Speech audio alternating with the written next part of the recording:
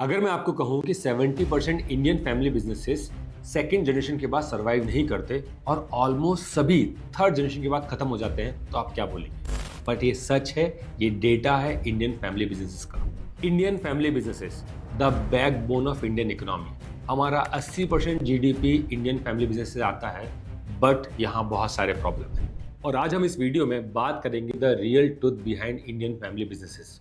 यहाँ हम वो प्रॉब्लम्स बताएंगे जो हर फैमिली बिजनेस फेस कर रहा है या आगे चलकर फेस करेगा। और इसी के साथ मैं एक सीरीज शुरू करूंगा जिसमें मैं बताऊंगा कि उन प्रॉब्लमों को सॉल्व कैसे किया जाएगा। तो इस चैनल को सब्सक्राइब कर लीजिएगा, बिकॉज हर वीक एक वीडियो आएगा ऑन फैमिली बिजनेसेस। ज़्यादातर इंडियन फैमिली बिजनेसेस को मार्केट डिस्ट्रॉय नहीं कर रहा, इनको डिस्ट्रॉय कर रही है इंडियन फैमिलीज।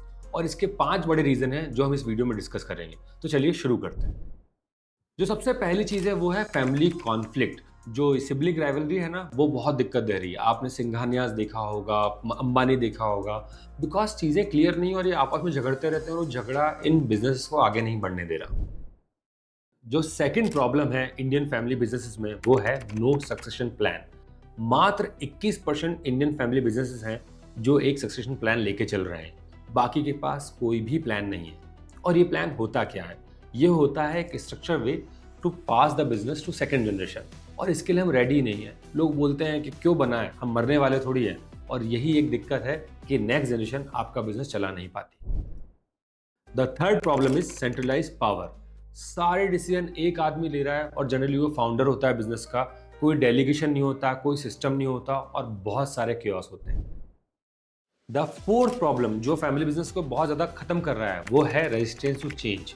हमारे पापा ऐसे ही करते थे, हम भी ऐसे ही करेंगे। जो ट्रेडिशन है उसको फॉलो करेंगे, कुछ नया एक्सेप्ट नहीं करेंगे, नया ऑटोमेट नहीं करेंगे, नई टेक्नोलॉजी या नए ट्रेंड लेके नहीं आएंगे। तो माफ करिएगा, मार्केट चेंज हो रहा है। अगर आप चेंज नहीं होंगे तो आपको मार्केट से बाहर जाना पड़ेगा। And the fifth problem is hiring family member over the talent. हम पहले अपनी फैमिली मेंबर्स को हायर करते हैं बजाय ये देखने के लिए कौन इस काम के लिए अच्छा है। हमारे लिए सरनेम ज़्यादा इंपॉर्टेंट है बजाय स्किल्स के। और ये एक बहुत बड़ा प्रॉब्लम है जो हमारी स्केलेबिलिटी खत्म करता है और धीरे धीरे बिजनेस को भी खत्म करता है। 2023 में एसपी जैन की एक रिपोर्ट आई जिसमें बताया गया था कि फैमिली बिजनेस में जो फैमिली इशू है वो बड़े थ्रेट हैं बजाय मार्केट की वोलेटिलिटी के। बिकॉज ये 70-80% बिजनेसेस को खत्म कर रहे हैं। तो आप सोचिए कि ये जो छोटे छोटे प्रॉब्लम है वो क्या दिक्कत देते हैं। जो 3 सबसे बड़े कॉन्सिक्वेंसेस हैं वो मैं आपको बता रहा हूँ। जो पहला प्रॉब्लम होता है वो होता है कि जो आपका बिजनेस है वो स्प्लिट होता चला जाता है।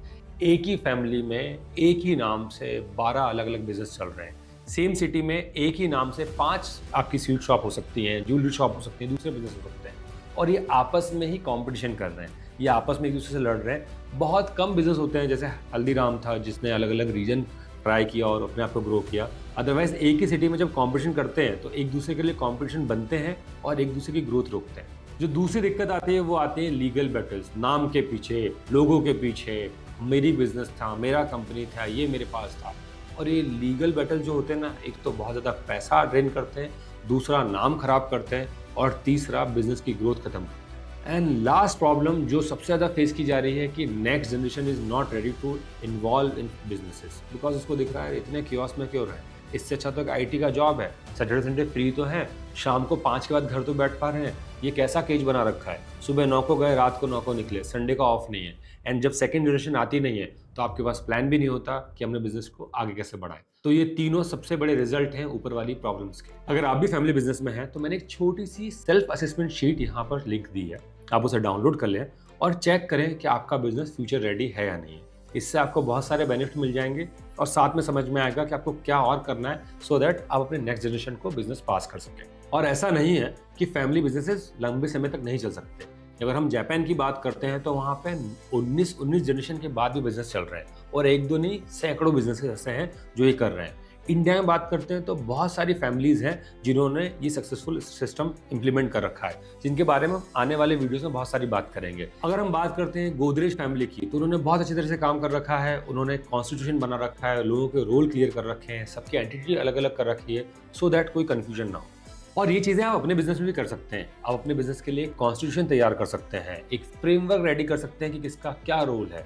साथ में कोई प्रोफेशनल हेल्प ले सकते हैं जो आपको बताएगा कि किस तरीके से आप बिजनेस को नेक्स्ट जनरेशन को पास कर सकते हैं। नए टेक्निक, ऑटोमेशन, इनको भी इम्प्लीमेंट कर सकते हैं। और इसके थ्रू अपने बिजनेस को आप फ्यूचर रेडी कर सकते हैं, नेक्स्ट जनरेशन के लिए इजीली रेडी कर सकते हैं। हमेशा याद रखें, आपको अपने बिजनेस को ग्रो करने के लिए आपकी फैमिली को डिस्ट्रॉय करने की कोई ज़रूरत नहीं है। आपको कुछ अच्छे टूल्स चाहिए जिसके थ्रू अपना बिजनेस ग्रो कर सकते हैं। तो इस पर काम करिए। फैमिली बिजनेस को एक लेगेसी माने, एक एटीएम नहीं कि इससे सिर्फ पैसा निकालते जा रहे हैं। Please download this sheet to check your business is future ready और नॉट। और साथ में इस चैनल को सब्सक्राइब कर लीजिए बिकॉज बहुत सारे वीडियो आ रहे हैं to solve family business problems.